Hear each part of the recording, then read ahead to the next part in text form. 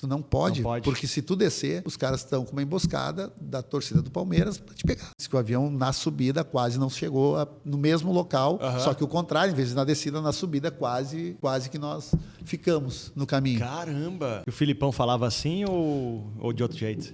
É mais do jeito do Filipão de ser. Mas, assim, nesse momento, ele nos passou a tranquilidade. 7, 8 anos depois, em Cali, os caras levantaram a camiseta assim, mostraram uma arma. A gente via arma, os caras assim, ó. Quem fez isso? Tipo, Torcedor. Torcedores? Muito bem, está começando um conteúdo especial aqui no Careca de Saber TV. Vamos celebrar, comemorar os 30 anos do Bi da Libertadores. Agosto de 95, estamos em agosto de 2025, 30 anos se passaram. Mas nós vamos falar, obviamente, dos jogos, da final, mas da atmosfera. Porque o Grêmio não enfrentava só o Atlético Nacional de Medellín, o Eguita, enfrentava o Cartel de Medellín, de Pablo Escobar. Tem muita história para contar. De Porto Alegre a Medellín. E o nosso convidado é para lá de especial, obviamente, protagonista nessas conquistas, ou nesta conquista, contra o Atlético Nacional e contra o Cartel de Medellín. Para você entender o que nós estamos falando, rapidinho para tu ficar careca de saber. Início dos anos 90, final dos anos 80, Colômbia em guerra, com tráfico de drogas, os cartéis do tráfico. De um lado tinha o cartel de Cali e também tinha o cartel de Medellín. Cartel de Cali, eu estudei, tá? Os irmãos Orejuela, que mandavam em Cali.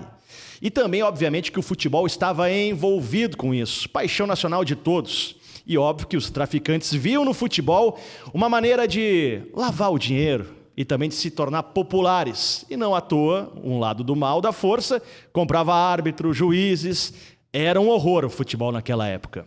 Mas também tinha o cartel de Medellín, de Pablo Escobar, que gostava muito do Atlético Nacional de Medellín, campeão da Libertadores em 89 e que era o adversário do Grêmio em 1995. Mas veja bem, no início dos anos 90, o Escobar foi preso e o filho dele escreveu um livro dizendo que o Escobar convidava os jogadores do Atlético Nacional de Medellín para irem no presídio jogar futebol com ele. Em 93, o Escobar foge e é morto. E aí começa uma guerra para ocupar a vaga do Escobar e também dos irmãos Orejuela em Cali. Mas vamos esquecer Cali, vamos ficar em Medellín. A Colômbia fervia. 2 meses antes do Grêmio chegar a Medellín, uma bomba explode. 20 pessoas morrem, mais de 220 feridos. Este era o cenário em 1995, quando o Grêmio chegava para enfrentar o Atlético Nacional de Medellín. Grêmio versus o Cartel de Medellín, este é o tema desse conteúdo. E antes de passar a palavra para o Derlei, porque já falei demais aqui, só saudar a Alfa, nossa grande parceira, tá na camisa do Grêmio, tá com careca.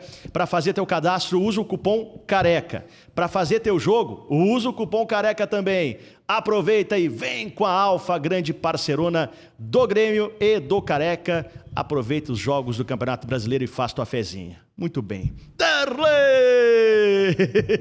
Cansei de falar aqui, Derlei. Não preciso falar mais. Não precisa mais. Já deu todo o contexto, já falou o mais importante. Agora é o seguinte, muito obrigado. Semana que vem eu volto.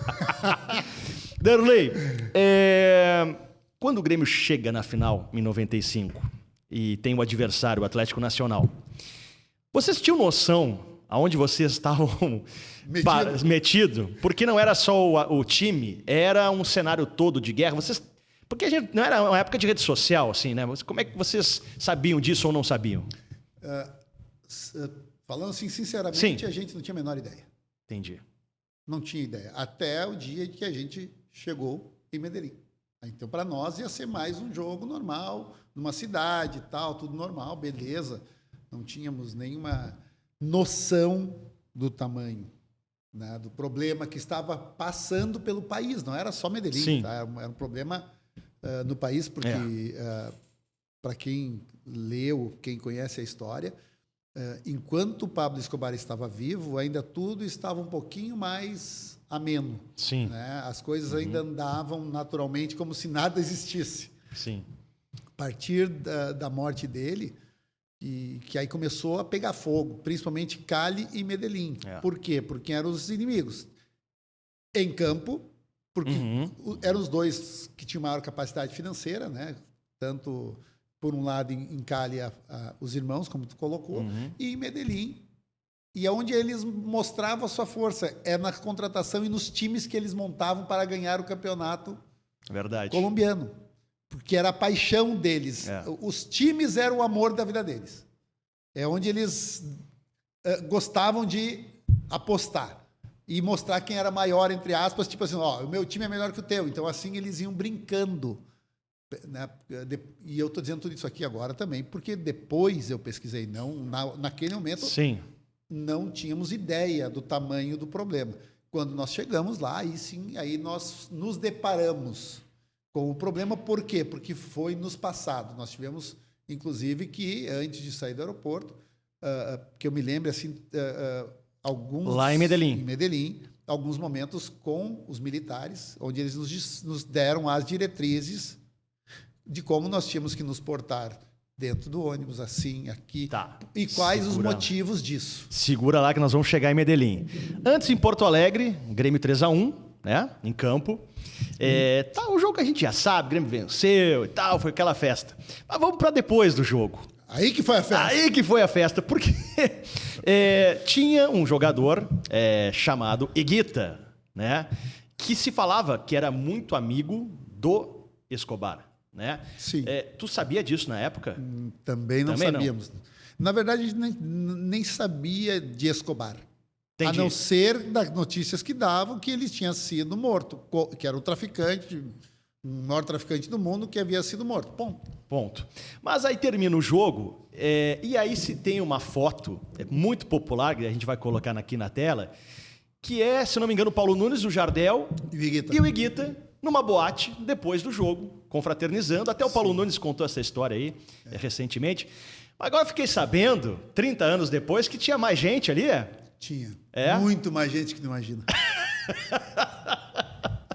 Na verdade... Inclusive o goleiro do Grêmio? Olha, eu não me lembro, eu não lembro de ter visto ele lá, mas eu acho que ele ia também. Mas para te entender o contexto desse último dia, porque lá no início a gente jogou os 2 jogos fora, os 2 primeiros jogos, e aí jogamos o terceiro em casa. E nós ganhamos, eu acho. O primeiro jogo nós ganhamos a Libertadores, não sei contra quem foi. Você está falando da fase de grupos. Fase de grupos. Tá. E nossa turma era uma turma de piazada, cara, gurizada. E numa situação ali, nós fomos pro tal do... Como é que era o nome do lugar? E agora? Ali era na Bordini. Bom, eu não Lei Seca. Lei Seca. Eu não frequentava. Tu é muito novo para isso. Tá? Tu só tá careca, mas tu é muito novo para isso.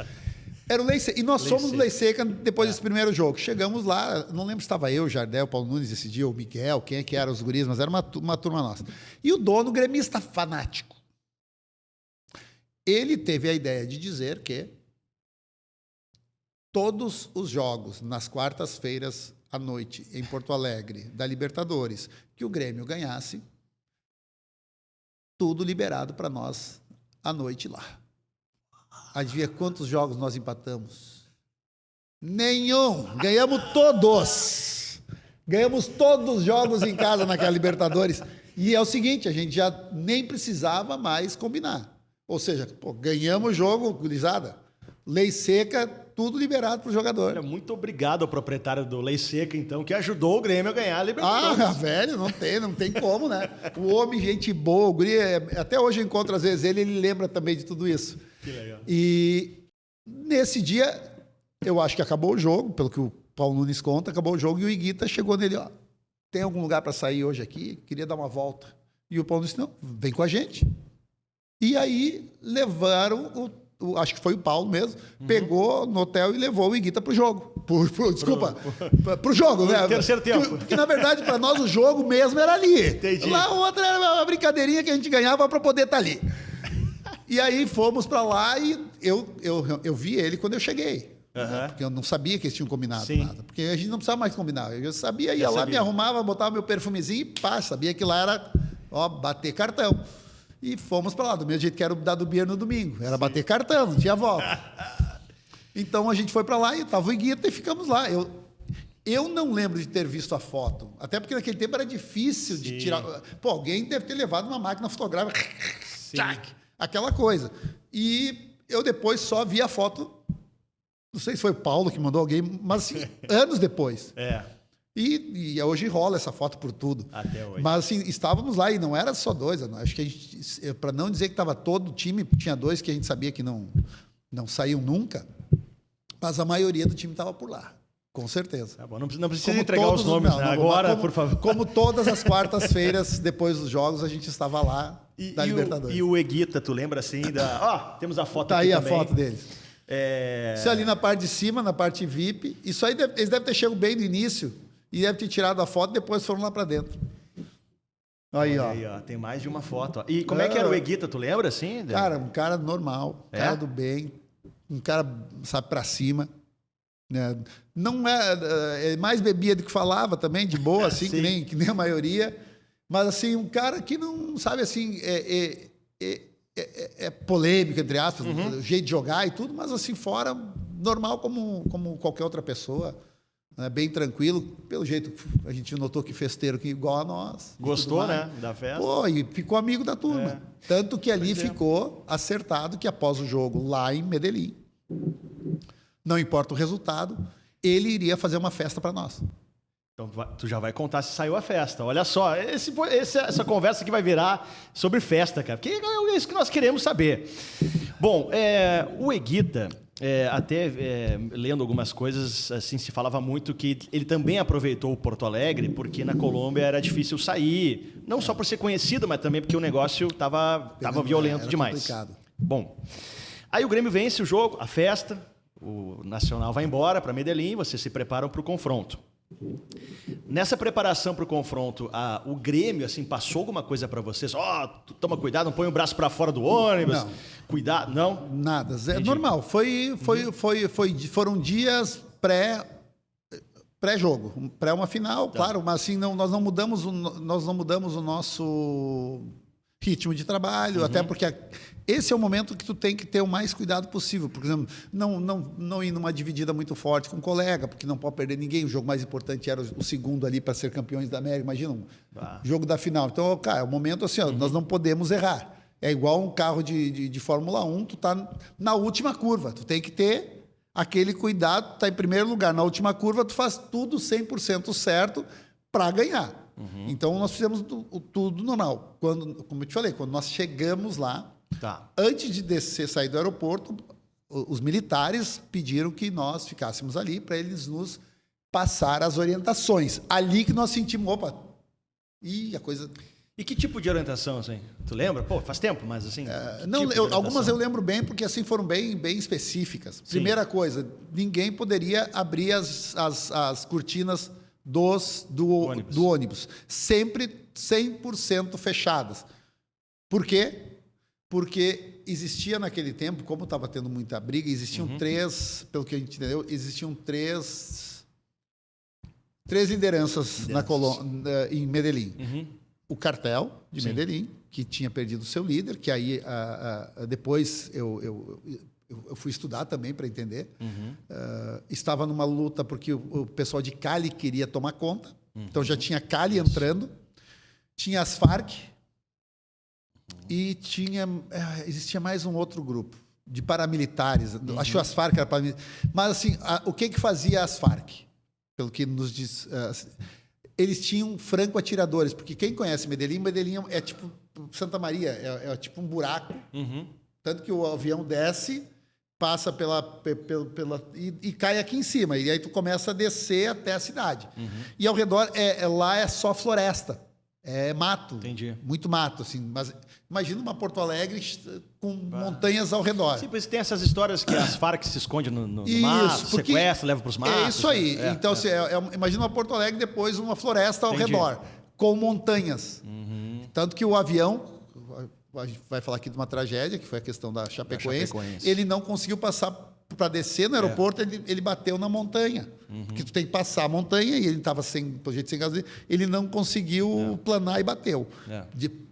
Pelo menos é o que a gente tem. Sim, de informação. Né? E aí, eles tinham franco-atiradores que, para tentar matar pessoas conhecidas, para chamar a atenção para que o governo viesse negociar com eles. E você é super conhecido. Exatamente. Na final da Libertadores. Exatamente. E aí a gente tinha em torno de 250 parlamentares que estavam sequestrados. Sim. Tinha juristas, advogados, várias pessoas que estavam já sequestradas na mão deles. Ou eram mortas desta forma. E eles disseram, olha, vocês não abrem para nada, vocês não têm que estar sem... E dentro do ônibus daí ia 2 caras... Dentro do ônibus do Grêmio. Do Grêmio armados, olhando para que a gente não fizesse nada de... Não. Entendi. E aí, quando a gente saiu, a gente viu, tinha 6, 8 motos de militares, um dirigindo e um atrás com arma, mais um desses caminhões onde vai todos os soldados atrás, Sim. Um caminhão aquele. Era o exército que fazia a escolta de vocês. Só exército mesmo, todos armados. Que loucura.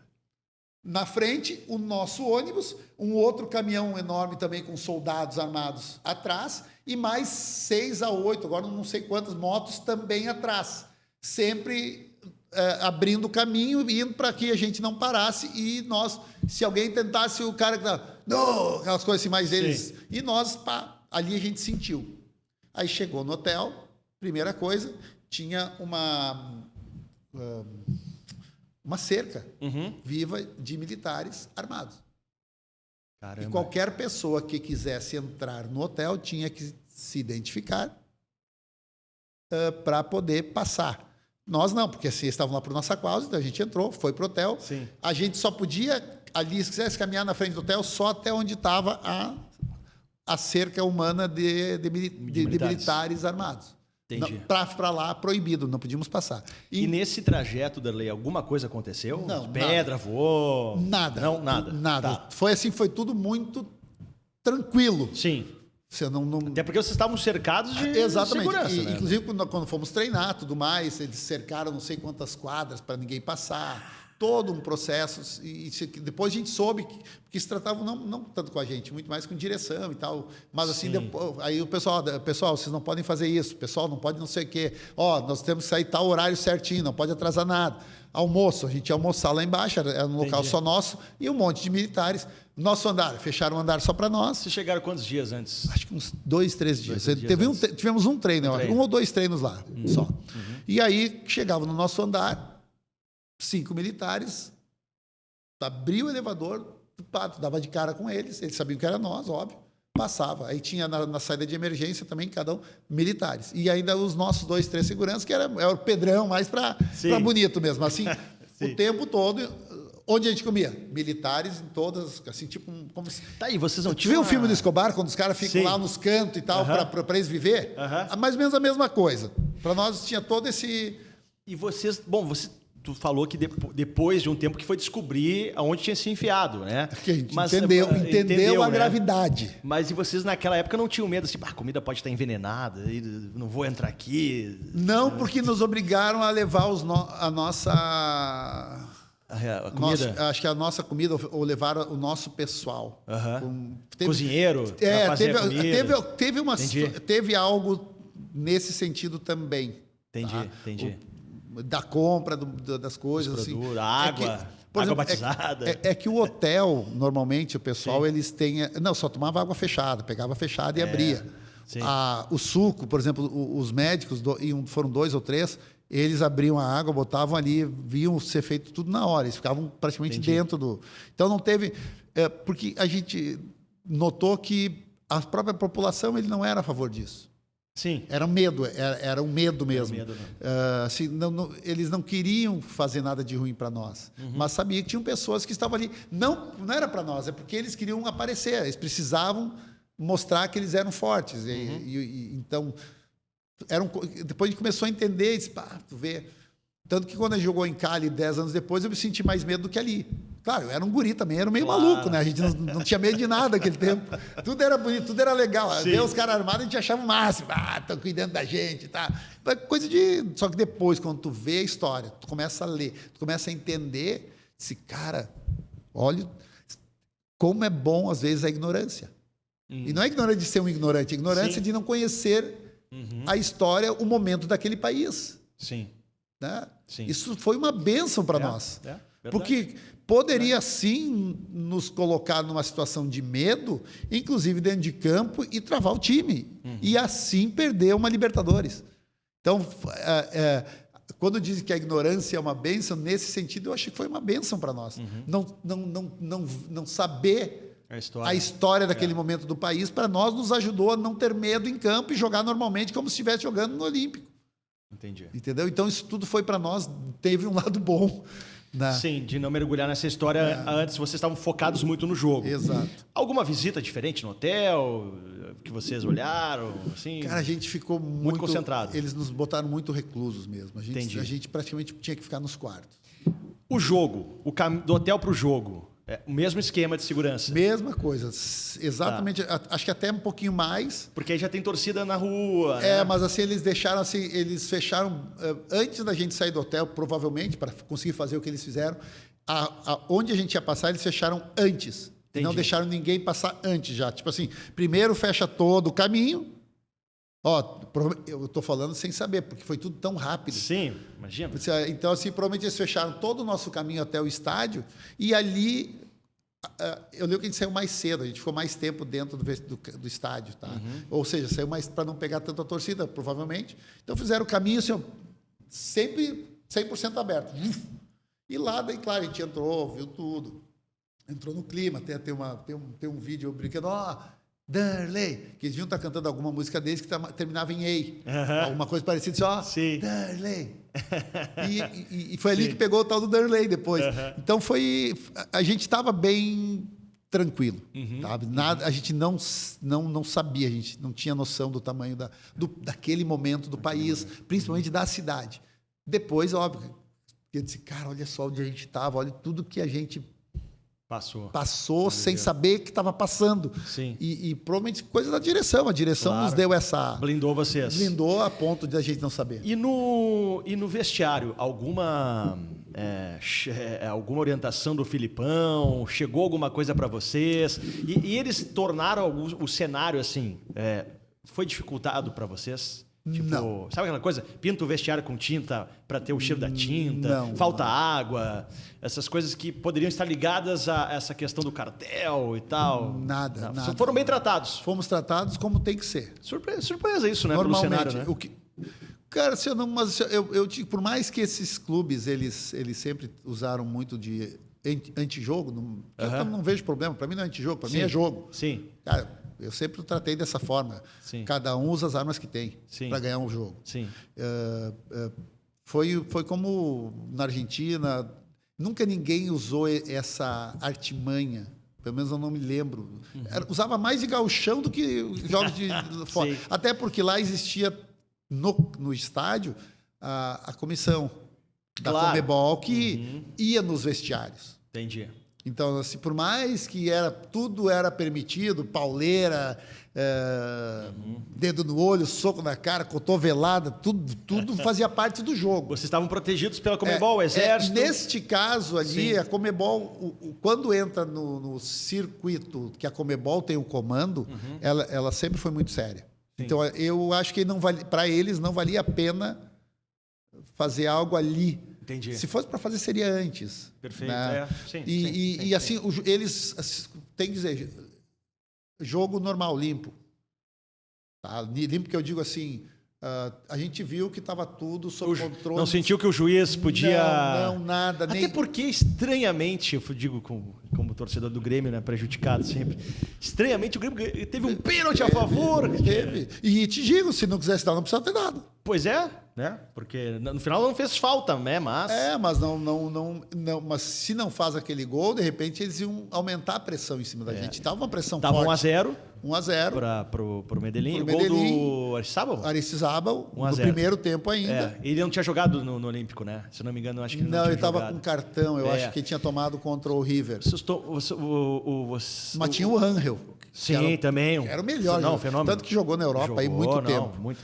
O 1-0 deles é no segundo tempo? Primeiro tempo. No primeiro tempo. No finalzinho ali, pelos 40, 38, 40, mas tinha tava muita pressão no jogo. Então, aí era... Uma o pressão Grêmio... porque o time era bom. Sim, não o era time muito pressão. bom. Claro, a mesma pressão que a gente colocou em cima deles pela nossa torcida do jogo de casa, até os estádios eram muito parecidos. É verdade. Muito parecidos, assim, verdade, o Girardot e o Olímpico eram muito parecidos. Então a gente se sentiu bem, porque tinha também a parte da pista atlética, Sim. a gente se sentia seguro ali dentro. Sim. Né? Não era uma Entendi. bomboneira que nem o pessoal diz. Colado em ti. Deu para fazer o jogo foi um jogo normal, tá? Assim, claro, na dúvida, muitas vezes, um lance ou outro, qualquer Mas nada juiz. que chama- mas caseiro, nada árbitro caseiro. Exato. Tá. E não era nem caseiro, assim, uma coisa, beleza, né? Na dúvida, tá, beleza, deu para eles, mas...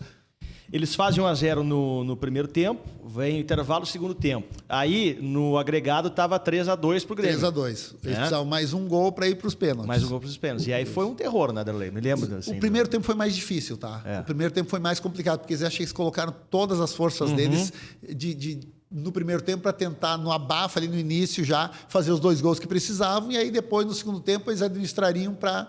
Então, eles correram muito. Eles se entregaram muito no primeiro tempo. Ou seja, a perna pesa também. Claro. Tu não consegue ficar 90 minutos com aquele tipo de pressão. Tanto que no intervalo eu fui falando, olha, pessoal, provavelmente o segundo tempo seja um pouquinho mais... Vamos ter calma, porque eles ninguém é humanamente possível aguentar tanto tempo correndo desse jeito. O Filipão falava assim ou de outro jeito? É mais do jeito do Filipão de ser. Mas, assim, nesse momento, ele nos passou a tranquilidade. Tem hora que ele tem que passar a energia, tem hora que tem que passar a tranquilidade.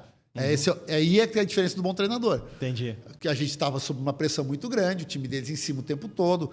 A torcida era também igual o Olímpico, assim, um caldeirão em cima da gente. E nesse momento que vocês estão ali, tá 1-1, tá 1-0 para eles, mais um gol, leva para os pênaltis.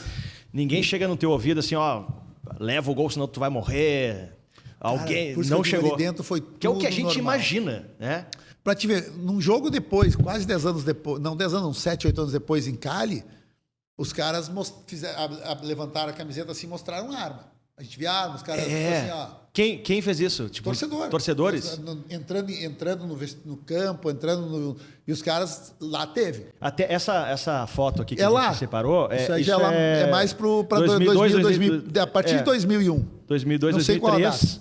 E ali tu volta a Medellín, ali tem esse rapaz é do Exército. É do Exército. Ali Tá. era um treino nosso, foi num dia de treinamento. Entendi. E eles ficavam todos ao redor. Mesmo foram. Aí a foto é grande. Aí.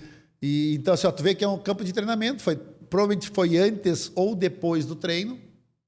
Tá. E o que tu tava fazendo? Ele queria pegar a arma do cara? Pô, deixa eu ver como é que é. Cara, pô, quer conhecer, cara. Mas assim, o pessoal sempre muito atento com a gente. Ali, acho que já estava mais apaziguado o país. 2013. Então, ali, eles né? também já estavam bem mais relaxados. Sim, passou pior. Por exemplo, assim, tipo assim, agora nós estamos aqui porque eu acho que é o praxe de todos os jogos ter... E lá também é brigada, igual aqui a brigada faz. Então é uma coisa bem mais... E para eles andar com essas armas, cara, é igual nós andar com o celular no bolso, pelo jeito. Sim. Bom, mas vamos voltar para 95.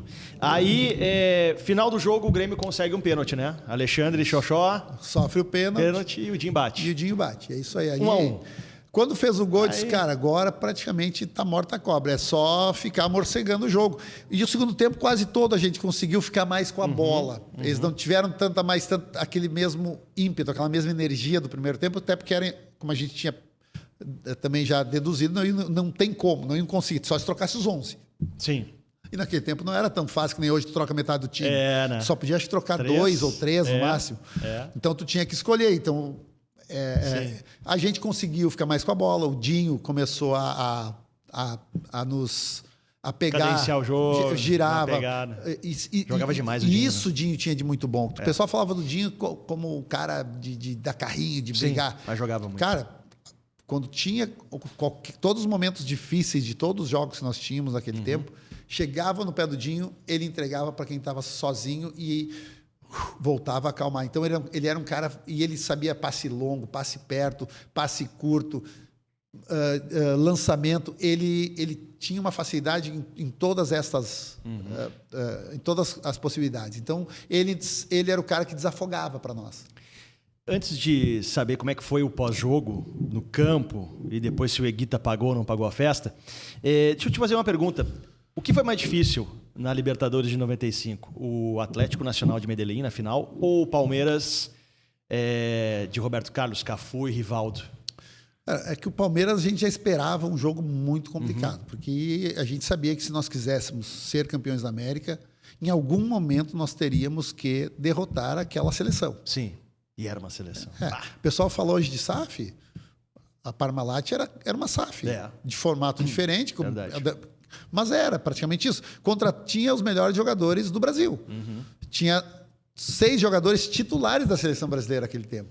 Sim. E tudo bem, se vocês têm essa capacidade, se o clube tem dinheiro para isso, que bom. Sim. Faz parte, é do jogo. Entendeu? Ou o Real Madrid não pode mais jogar porque é o Real Madrid. Sim. Bom, meu velho, fez história, chegou a esse ponto, fez por merecer aquilo. E nós sabíamos que nós não tínhamos o dinheiro deles, mas nós tínhamos um grupo fechado, um grupo que todos estavam com a mesma visão, mesmo pensamento, e que nós tínhamos que, em algum momento, nos deparar com essa equipe. Se nós quiséssemos ser campeões da América, em algum momento nós teríamos que jogar contra o Palmeiras, numa fase mata-mata. E nós trabalhamos desde o primeiro dia pensando em derrotar o Palmeiras em algum momento. Quando chegou a hora, nós tivemos a felicidade de que o Palmeiras tentou se igualar a gente na pegada, na força, e não sabiam fazer isso, porque eram jogadores mais técnicos, então eles não sabiam como ser mais... O Rivaldo é o primeiro expulso, expulso. Tenta dar um pisão, uma coisa ali. Ele vai por cima para quebrar a perna do Rivarola. Né? Verdade. Mas por quê? E a gente entende, porque ele é um cara que é maldoso, não, porque eles, na cabeça deles, se eles igualassem essa energia que nós tínhamos, essa força que nós tínhamos, eles ganhariam. E eles começaram a ter esse excesso de força, mas como eles não sabiam ter essa força na bola, com imposição, ele fez do jeito que ele sabia. O jeito errado, foi expulso. Depois aconteceu a briga do Valber e do Dinho, e também foram expulsos. Né? E a gente soube usar... Dinho do Valber e o Derlei ali, deu uma ajudadinha ali, né? Eu fui lá ajudar o meu amigo, mas eu não briguei. Eu não, jamais. Nunca fiz isso na vida. Nunca gostei de briga. Imagina se gostasse. Mas o que aconteceu ali? Eles se perderam psicologicamente. É verdade. Eles saíram do lugar comum que eles estavam acostumados. Tu sabe, Derlei, que ainda eu, cara, assisto aquele jogo 5-0 contra o Palmeiras. Semana passada assisti. Não o jogo inteiro, 30 minutos ali o compacto, cara. Que é sensacional voltar aquele de tempo, jogo, cara. né? Aquele jogo é incrível, cara. Incrível. E aí eu não fui pro segundo, porque eles me tiraram no dia do jogo. No dia anterior. Pegaram as imagens. Eu saí de Porto Alegre junto com o grupo. Cheguei em São Paulo, eu estava suspenso. Aí joga o Murilo com o dedo quebrado. Com o dedo quebrado, porque o Antônio Carlos estava com o tornozelo estourado. Sim. Ou seja, tinha que escolher o dedo ou o tornozelo. Então o dedo é mais fácil de esconder. 5-1 para eles. E o 5-1 daí, com aquele gol no início do jogo nosso, mas foi muito na pressão. A gente... e era difícil, o time deles era muito bom. Não. Até o Amaral, que não fazia gol, fez gol. Até o Amaral. E eu em casa, acabou o jogo, eu desesperado. Porque tu dentro de campo, tu tem o controle de estar no jogo, de ter como ajudar. Tu de fora ficou muito em Porto pior. Alegre. Eles não me deixaram... Eu cheguei em São Paulo, não me deixaram descer do aeroporto, que eu queria ficar com o grupo. Entendi. E aí o seu Verade disse, não, tu não entendeu ainda. Tu não pode, porque se tu descer, os caras estão com uma emboscada da torcida do Palmeiras para te pegar. Então chegamos aí a um outro conflito. Foi aí, muito né? pior. Ali seria muito pior. E depois, na seleção, junto com o Roberto Carlos, ele me relatou, cara, ainda bem que tu não veio. Que se tu vem, tu não chega no estádio. A torcida do Palmeiras estava com esse ódio de ti. Tá, mas por causa da briga... O ódio continua. Sim, imagina, tá na história. Mas foi por causa da briga minha, de ter entrado na briga dos dois lá. Sim, o Dinho não viajou porque estava expulso. Então eles estavam esperando tu. Eles queriam, por causa do que aconteceu, eles queriam me... Caramba, tia. E eu sei que é verdade, não, porque o seu Verade me falou isso. Porque depois o Roberto Carlos disse, cara, tinha uma emboscada da torcida do Palmeiras na saída do aeroporto. Se tu estivesse. E aí a polícia mesmo foi lá na torcida. O Derlei não veio. O Danley foi suspenso, não veio, pode ir para casa. Tipo assim, eles sabiam, estavam monitorando, e foi o que aconteceu. Foi salvo pela Comebol, então, que te puniu ali na hora certa. E eu não duvido que isso aí não tenha feito algum efeito também pode ser. em favor para tira o cara, que senão aqui... Sim, porque daquela briga atrás do gol, tu é o cara que não foi expulso e viajou. Exato, e fez com que acontecesse, ajudei a fazer acontecer o 5-0. Sim. Porque um jogador a mais fez uma diferença muito grande no jogo todo. Né? Então Caramba. eles tinham essa, até hoje eles têm esse amor por mim. Vamos voltar para a final. Grêmio e Atlético Nacional de Medellín. Já estamos na... Pito final terminou. Terminou, E aí? campeão. Festa no campo, tranquilo ou o Exército entrou ali, ó, vamos sair daí? Deixaram vocês comemorar? Muito respeito. Os atletas também entenderam e foi tudo. Eu não consegui ficar muito tempo porque eu fui para o antidoping ainda. Teve isso. Eu fui um dos do antidoping. Disse, pô, Sim. eu estou ganhando uma Libertadores, eu podia dar uma voltinha e tal, os caras já me puxaram. Não. Sim. Antidoping. Aí no antidoping eu fiquei sabendo. Ó, Danley, tu tem 20 minutos para fazer o antidoping, porque eu acho que foi a RBS botou um avião. Isso, teve um avião que foi para lá. E deixou 30 lugares sobrando, os 30 lugares para o Grêmio. Se o Grêmio fosse campeão, voltar com eles. Se fosse campeão. Entendi. E a gente foi campeão e eles ofereceram esses 30 lugares para a gente voltar junto com eles. Sim. Aí... por isso que toda essa festa é gravada no avião, né? Tem um monte de reportagem no avião. O Regis Rezen. Isso, porque era o avião que a RBS levou, fretou com pessoas. Legal. Entendeu? E, inclusive, ali contam que... Porque nós tínhamos muitos containers, aquelas caixão de cor de roupa. E estava pesado. E eles não contavam com esse peso todo no avião. Diz que o avião, na subida, quase não chegou no mesmo local. Só que o contrário, em vez de na descida, na subida, quase que nós ficamos no caminho. Caramba! Então, assim... Pelo peso do avião. Pelo peso que era muito... Não é esperado. Que não era... Porque assim, já vinham com ele cheio, tinha 30 lugares, mas 30 lugares, porém, com bagagem de um time de futebol. Isso aí foi contado pelo Cacalo depois, quando a gente parou em Manaus, eu acho, para reabastecer, que eles estavam... Tu via que era uma coisa assim, no semblante do Cacalo e coisa, e eu sempre fui metido, por que houve? Porque o Cacalo é meio pai meu. Sim. Não, nada demais. Fala, pô, nós ganhamos, fala o que é. Achei que era alguma coisa que eu jogo. Sim. Senão, que por muito pouco o avião não conseguiu subir. E ele disse, não, fala sério, Cacau. Não, agora posso falar porque já aconteceu. Mas ele estava dando uma dura, acho que no pessoal do próprio, que era um avião da Fly, não sei de quem que era, que não... E foi depois que... E ele relatou para nós depois. Só que assim, óbvio, E a gente puto da cara, todo mundo brabo que não queria ir, porque queria ficar na festa montada pelo Higuita. Então quer dizer que a RBS estragou a festa do Higuita. E o Higuita estava com a festa pronta. E vocês tiveram que ir antes para entrar nesse avião. Nós só soubemos da questão do avião depois do jogo. Não acredito, cara. Porque até então estava tudo ok.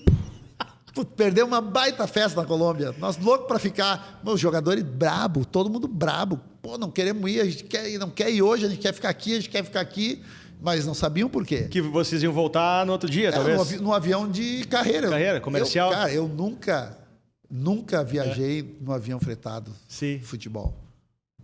Hoje em dia... Os caras fretam um avião para ir aqui do lado. A Erechim aqui. Porra, velho. Nunca peguei um fretadinho, nunca andei por... a gente só vinha do lado do aeroporto, por outro caminho, só quando era campeão. Porque daí tinha que botar o caminhão de bombeiro ali para nós sair pelo lado. Senão entrava e saía que nem qualquer outro passageiro. Sim. Vida normal, meu velho. Então não tinha toda essa... E a gente ficou... eu lembro do Paulo, alguns... tava tudo certo nessa festa e tal. E eu disse, não acredito, velho. Quando ganhamos a Libertadores, ia acabar com o Medellín, eu acho.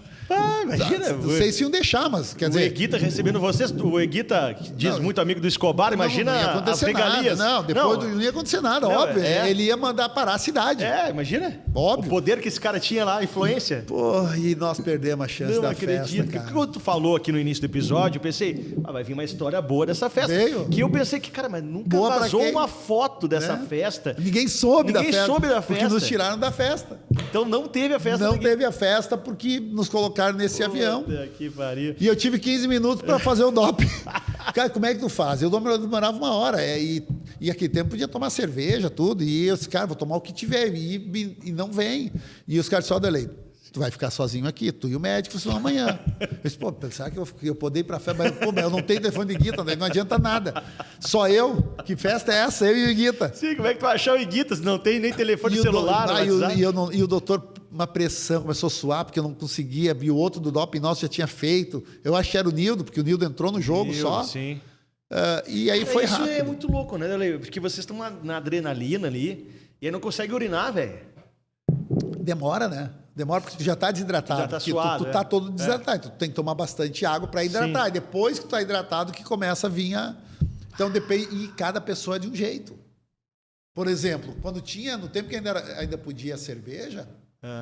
Tinha cara que só conseguia ficar pronto para fazer o doping depois do quarto engradado. O cara aproveitava também, Chegou, no Brasil eles tiveram que cortar, né? A cerveja. Porque assim, não ia só os 4 do doping, os 2 de cada time. Começou a ir todo o time. Cara, quando via, tava assim, ó. O doping tava o Paulo Nunes e o Dinho. Aí o Miguel, o Arilson, o Darley, o Jardel. Quando via, tinha 8 no doping. Para aproveitar a cerveja. E outra, se acabasse, eles tinham que comprar mais. Porque tinha que hidratar o quanto antes. Rapaz, enquanto não acabava 3, 4 engradados, os caras não iam embora. Teve uma vez que os caras ficaram, juro por Deus, no Olímpico. Eu soube depois, no outro dia, os caras riam. 5 da manhã. O jogo acabou às 11h30 da noite. 5 da manhã, os caras eles seguravam para poder beber mais. Eles ficaram até 5 da manhã tomando cerveja, cara. Aí que a CBF cortou a cerveja. A cerveja. Estavam transformando numa festa. E era em tudo quanto é estádio, cara. Era assim. Cara, que história sensacional. Bom, aí você chega em Porto Alegre, mais festa. Foram pro Lei Seca ou não? Bah, nesse dia não. A gente não dormiu, né? A gente passou a noite virado no avião, chegou... Cara, a gente saiu de lá meia-noite, 11h45, meia-noite. Tinha horário, que senão fechava o aeroporto lá depois de um certo horário. E chegou em Porto Alegre, acho que era 2 da tarde, cara. E ninguém dormiu, né? Sim. Ninguém vai dormir? Ninguém vai dormir. Como diria Romário, pô, deixa para dormir depois que morrer, porra. E aí a gente chegou e já foi, que foi para mim a parte mais legal de toda, fez todo o trajeto pintado, uma coisa, foi lindo demais, a gente fez todo aquele trajeto, passou por tudo quanto é lugar, pelo Palácio Piratinico, governador, foi tudo uma vez só, a gente chegou acabou, demorou 3 horas, a gente chegou no Olímpico às 5 da tarde já. E aí, do caminhão do Corpo de Bombeiros. Em cima do caminhão do Corpo de Bombeiros, que quando chegou lá, tinha 20 mil pessoas no estádio para nos ver. E o inteligente do Darley faz o quê? Vai para perto da torcida e faz assim. Vem. E a galera começou a entrar, a pular. Gramado. Acabou todos nós só de sunga sendo empurrado pelos nossos seguranças para dentro do vestiário. Cara, nos tiraram tudo. Tênis, meia, a bermuda que a gente estava, a camisa que a gente estava, a gente ficou de cueca ou sunga. Ficou chegou no vestiário, começou a se olhar, todo mundo só de cueca. Cara, a torcida foi entrando e quando viu tinha 5 mil pessoas dentro do campo e começaram a nos empurrar, porque as pessoas começaram a tirar as coisas da gente, começou a ir, só falta me tirar minhas cuecas, né? E aí foi que a gente, aí fecharam o vestiário e nós ficamos lá dentro. E aí pegamos outro material depois, mas chegou todo mundo literalmente de cueca, porque pegaram tudo. Que loucura, que loucura. Darley, para a gente finalizando aqui nossa conversa, que está muito boa, mas eu queria te perguntar se dessa história de Medellín ficou alguma amizade. Por exemplo, o Eguita, tu fala com ele ainda hoje? Não, cara, não. De repente o Paulo Nunes, que era o que mais falava ali, ficava, até porque ficava mais perto durante o jogo, e provavelmente eles devem ter feito essa conversa durante o jogo, não foi depois. Sim. Mas assim, eu não tive muito contato, porque o goleiro fica lá do outro lado Sim. e tal. E quando a gente começou ali, que acabou o jogo, eu já tive que ir pro doping.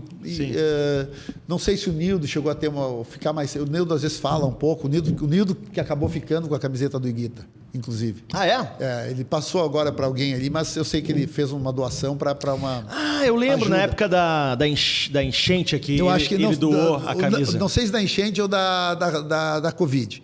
Ele doou para o pessoal fazer uma rifa para alguém. Da Covid. Para alguém. Da Covid. Eu me lembro Então, que eu fiz reportagem disso. Isso. Ele doou a medalha da Libertadores e doou a eu sei da camiseta, eu tenho É. certeza, porque eu sei que é o cara de São Marcos, acho que ficou com ela. Isso aí. Então, assim, eu não tive tanto contato. Depois eu encontrei o Aristizábal jogando no Brasil, no Corinthians e tal.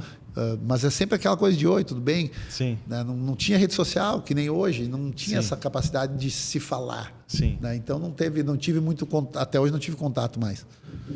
Muito bem, gente. Agradecer vocês pelo carinho. 30 anos do Bi da Libertadores da América.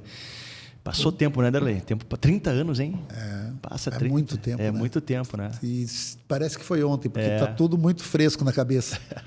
O teu cabelo diminuiu, né? Olha aí. Tu vai ficar aqui que nem eu, ó. Logo, logo. Daqui 30 anos, tu chega lá, hein? Cara, olha, se eu ficar assim com a cara de jovem que tu tá, me serve. Vai chegar. Darley, obrigado, tá? Pelo teu Abraço, tempo, por imagina. tudo. Gente, fica por aqui esse conteúdo especial dos 30 anos da Libertadores. Recebemos o Darley aqui para contar muita história. Darley, 2 pontos. Grêmio versus o Cartel de Medellín. Obrigado pela parceria. Lembrando que sempre, todo dia aqui tem vídeo de informações do nosso Grêmio. E vem com a Alfa, né? Faz tua fezinha lá, usa o cupom CARECA para se cadastrar e para fazer teu jogo também. Fechou, gente? Abraço do Careca. Até a próxima.